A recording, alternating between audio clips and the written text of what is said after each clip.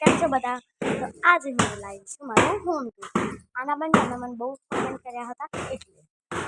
તો સૌથી પહેલાં હું સ્ટાર્ટ કરીશ મારા બહારના ઓરડામાંથી તો સૌથી પહેલાં મળશે અહીં એક ચોકડી છે, दिस साइड एक एक्टिवा पड़ी होगी और बहुत सारे प्लान्स हैं।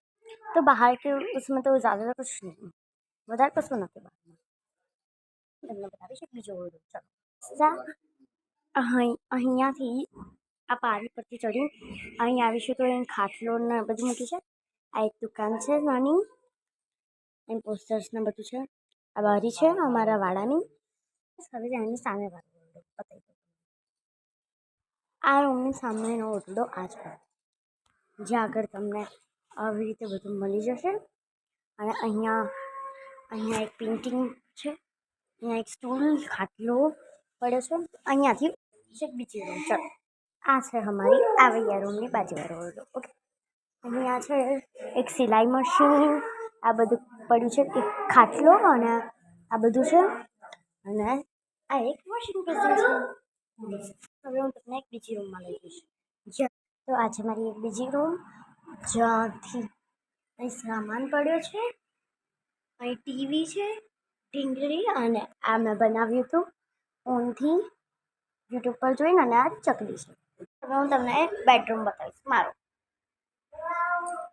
એન્ટર થતાં અહીંયા આગળ કબાટ છે, અહીંયા અમારા દાદાની વસ્તુઓ છે, અહીંયા અમારી વસ્તુઓ છે, અને ઉપર ગોદડા છે સૌથી ઉપર. અહીંયા માતાજીનું છે બધું, અને મંદિર છે અમારું, મતલબ અહીંયા આગળ આરસીએમનું સામાન પડે છે. અહીંયા આગળ મારો બેડ છે, પણ અત્યારે એના કારણે અમે બેડ પર નહીં સૂતા. હવે જુઓ, અહીંયા આગળ પરફ્યુમ ને બધું પડ્યું હશે.